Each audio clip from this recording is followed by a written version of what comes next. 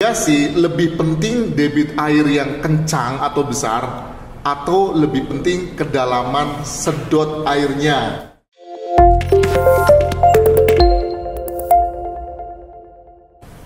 Halo sahabat saya, jumpa lagi nih dalam acara Kupas Kamis, acara yang selalu mengupas produk-produk dari SAP, biasanya berdasarkan dari pertanyaan di sosial media. Kalau minggu lalu kita ngebahas mengenai kultivator dengan rotary blade-nya, beraneka kendala-kendala atau pertanyaan yang muncul. Kali ini kita akan ngebahas mengenai pompa air irigasi SAP. Kebetulan kali ini kita ditemani oleh Pak Kangen di divisi apa Pak Kangen? Product Development dan Engineering. Ada engineeringnya ya. Pas banget. Kali ini kita ketemu bintang tamu yang pas nih. Kita akan ngebahas mengenai hal-hal yang berhubungan dengan pompa air. Seperti biasa kita kan selalu mengangkat pertanyaan yang lumayan berbobot dari sosial media yang kita tangkap, yaitu debit besar atau sedot dalam. Wah, ini pertanyaan yang bagus banget ini, khususnya di pompa ya. Debit besar atau sedot dalam. Ya. Pada pompa air irigasi lebih penting debit air yang kencang atau besar, atau lebih penting kedalaman sedot airnya? Nah, Pak Kangen coba dijabarkan di mana nih? Siap. Pertama-tama kita juga harus tahu ya antara debit sama kedalaman ya. Debit itu apa, terus kedalaman hisap itu apa. Jadi termudahnya debit itu adalah seberapa banyak dalam 1 menit pompa bisa mentransfer air atau dia bisa menghisap air. Dia pakai ukuran waktu. Pakai ukuran waktu. Oke. Jumlahnya itu nanti ketika dipompa adalah berapa liter per menit. Misalnya contohnya pompa air SAP punya debit 1050 liter per menit. Itu debit. Itu debit. Kalau kedalaman? Kalau kedalaman itu dia hanya untuk menghisap berapa kedalaman. Misalnya pompa air SAP bisa menghisap di 8, maksimal di 9 meter kedalaman. Vertikal, lurus itu dari pompa sampai vertikal sampai ujungnya air, sampai permukaannya air. Nah itu.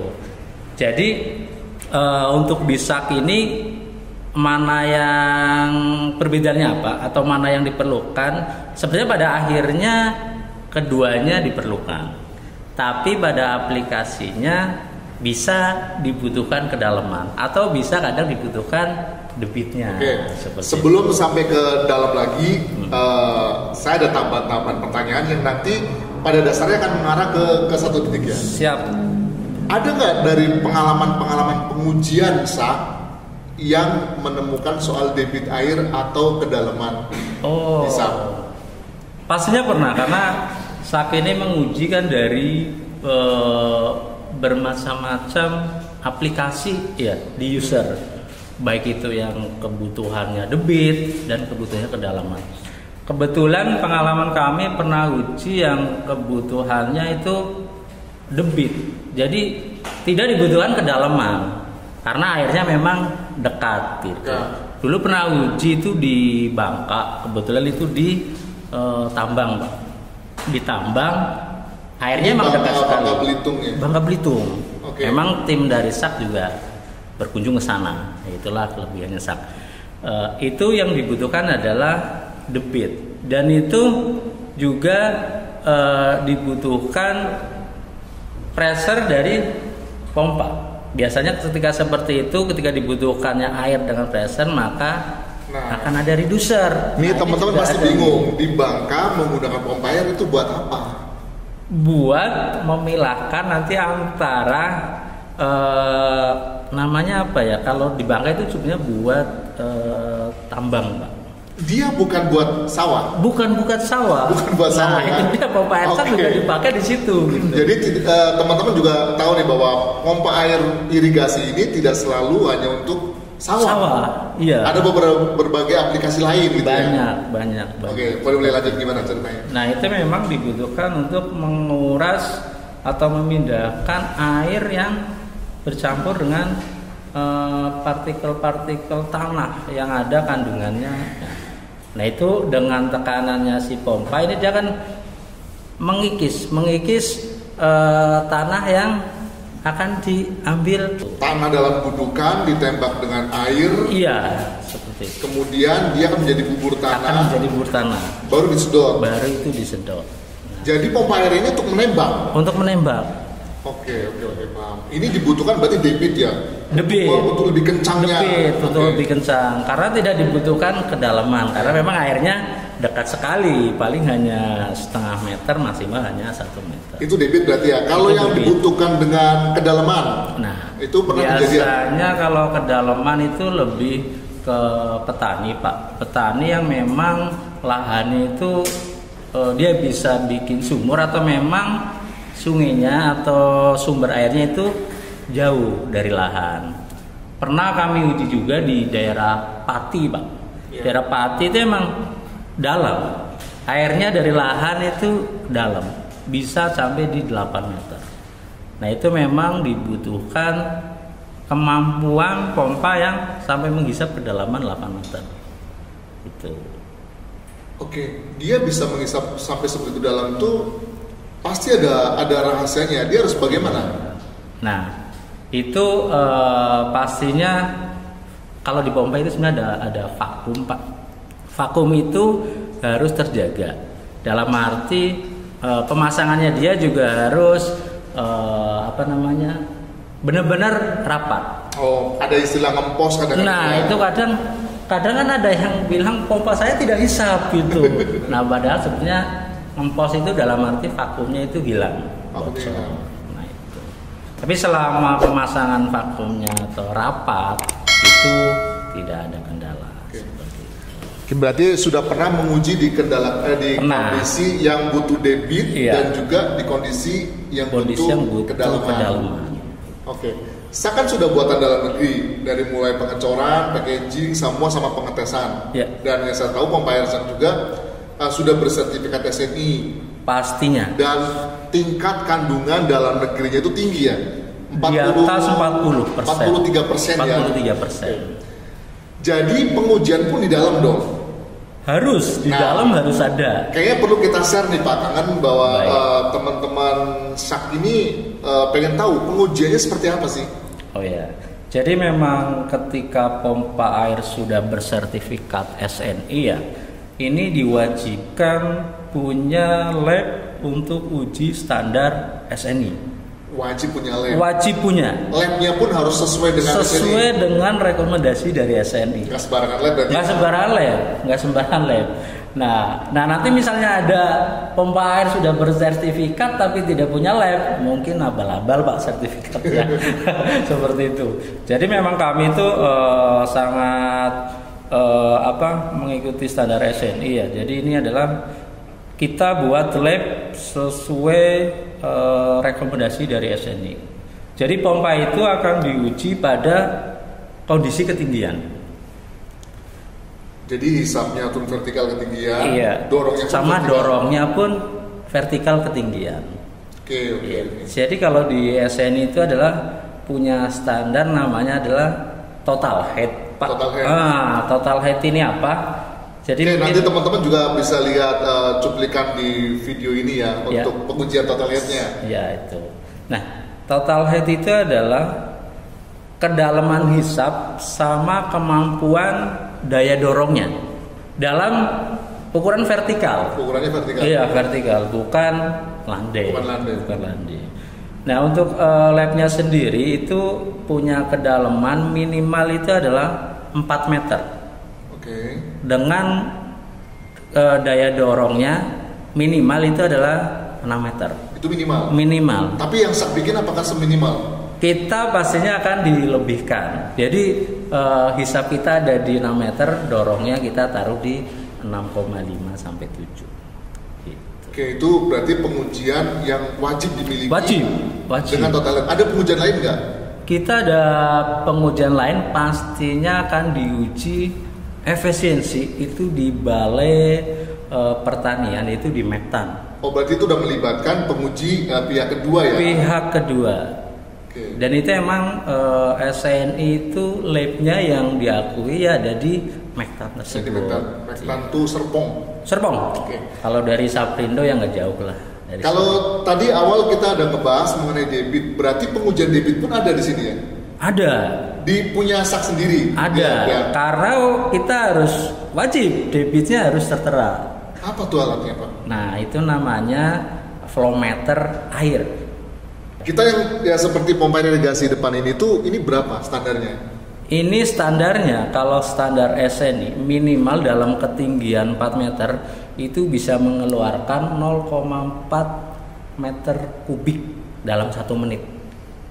Dalam 1 menit ya? Dalam 1 menit itu minimal ya, dengan ketinggian 6 meter. Tapi ketika pada kondisi 0 dalam arti hisapnya itu landai. Nah itu mampu di 1050 liter per menit.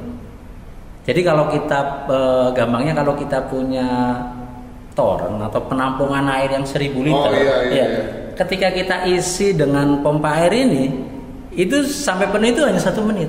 Cepat sekali ya? 1 Baru menit. dihidupkan langsung Iya, penuh. seperti itu. Gampangnya seperti itu. Oke. Itu kan pengujian-pengujian yang dilakukan oleh pabrikan pompa air sak ya. Iya, betul. Bila teman-teman petani ingin menguji kehandalan pompa air, dia pengen menguji sendiri nih. Ya. Nih handal apa enggak nih pompa airnya? Itu bagaimana caranya? Nah, itu bisa berbagai versi pengguna ya. Ada yang dia uji hisapannya pakai tangan untuk tahu vakumnya. Nah, itu juga ada yang seperti itu. Atau ada yang diuji pada RPM terendah. Atau RPM terendah ini dalam arti gasnya itu idle RPM. Nah, itu masih keluar airnya. Tadi dulu satu-satu. Tadi masalah pengen tahu vakumnya, itu gimana caranya? Kita isi air dulu, Isi air dulu pompanya. Kita hidupkan. Tangan kita dimasukin ke dalam lubang hisap. Lubang hisap. Bila terasa ketarik, nah itu udah bagus. Main feeling berarti ya? Feeling. Karena dia tidak memiliki alat untuk vakumnya ya? Iya, itu bisa kita rasakan dengan tangan. Jadi yang kurang bagus itu berarti kurang nyedot atau bagaimana? Bahkan ada yang nggak nyedot. Tangan tidak merasa tertarik? Tangan nggak merasa tertarik.